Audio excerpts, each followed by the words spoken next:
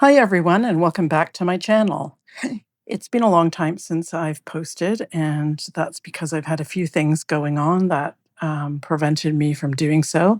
But I'm back with a video that I hope will interest you.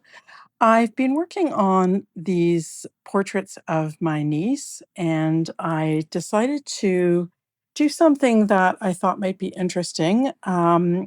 I wanted to work in Prussian blue because I was inspired by cyanotype photography.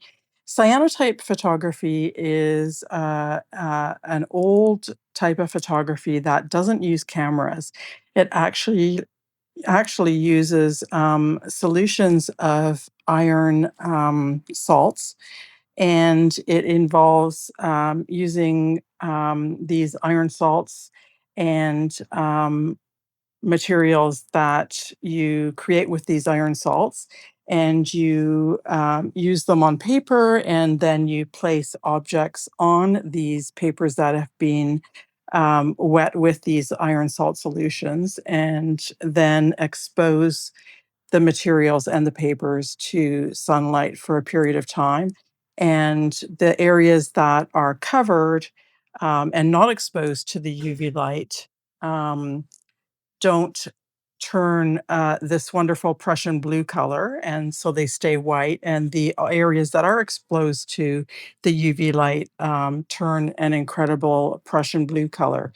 So, taking my inspiration from those cyanotype prints, I decided to try this exercise using this reference photo that I have of my niece. And I wanted to create an oil paint portrait of my niece, but then do the reverse to evoke this sort of cyanotype print look. Um, it was hard. um, I I had a hard time visualizing when I had done the sort of rough of the portrait, the normal looking portrait. I had a rough time envisioning that's probably the easier word, what the cyanotype or sort of negative would look like. I don't know why I had such a hard time um, envisioning. I don't know why I have a hard time with that word, but I had such a hard time imagining what that would look like. So I had to keep thinking, what is really dark is going to be like the darkest darks are going to be white, and the whitest whites, the highlights in the normal looking oil painting are gonna be the darkest darks. I had to keep repeating that to myself over and over again as I was working on the piece to the left. Um, so anyway, it just took forever, and it was really hard. It was a great exercise. It's a great exercise in values, working on a monochromatic paintings like these. And it was a really great brain exercise. Would I ever do it again? Probably not. Um, but I did have a fun time with it despite the difficulty. And so, what I'm doing here is I'm just going back and I'm retouching the normal looking portrait. I had already retouched the cyanotype looking portrait, so the negative to the left, but my phone had run out of battery, so I only caught the very beginning of it. Somehow, stupidly, I hadn't checked my phone battery beforehand. I think I was just tired from the entire process and hadn't registered. I was so busy thinking dark is light, light is dark, that I hadn't thought to check, hey, is my phone battery okay? So anyway, but here I am retouching the normal portrait and just, making my darks darker and my lights lighter, and also correcting some things like the right eye is a little too high, and I also wanted to fix the edge of the hairline at the top, and things like the highlights and shadows in the hair itself. So that's what you're going to see me doing here.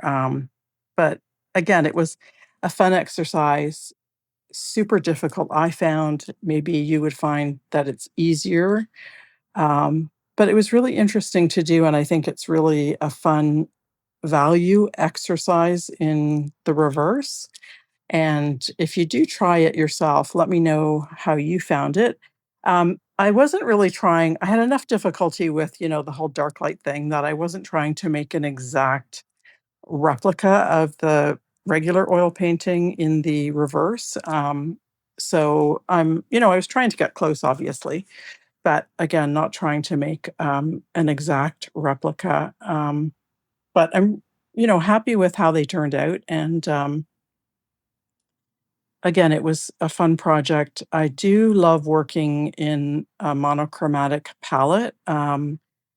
I find myself really attracted to that and the possibilities and just how it highlights values and gives a certain fun perspective and look to things. And I think I will do definitely more of that going forward, although I'm also attracted to a lot of color and really do like working with color. But again, this whole monochromatic thing is really interesting to me too. And I've got another piece on the go also of my niece. She's a real muse for me, and so I've got that going on, and I'm sort of using a Degas palette for that, inspired by his oh, I forget the title now, but it's a red, very vermilion based palette. And I don't have vermilion paint. That's a difficult paint to get because of the material, but I have uh, um, vermilion appropriate kind of palette for it. So I'm working away on that and spending a lot of time looking at it. And so hopefully I'll share that with you at some point in time. It's in process. It's taking a lot of time to do, so I'm not actually filming it, but I hope to maybe share that with you, give you a glimpse into that at some point. Anyway, I'll let you just watch what I'm doing now, and I hope you enjoy it, and I hope you enjoy this idea and maybe try it out yourself. So thanks for joining me. If you do like what I'm doing, please do like and subscribe. That really helps me going forward. And again, I hope you like this and have fun. Take care. Bye.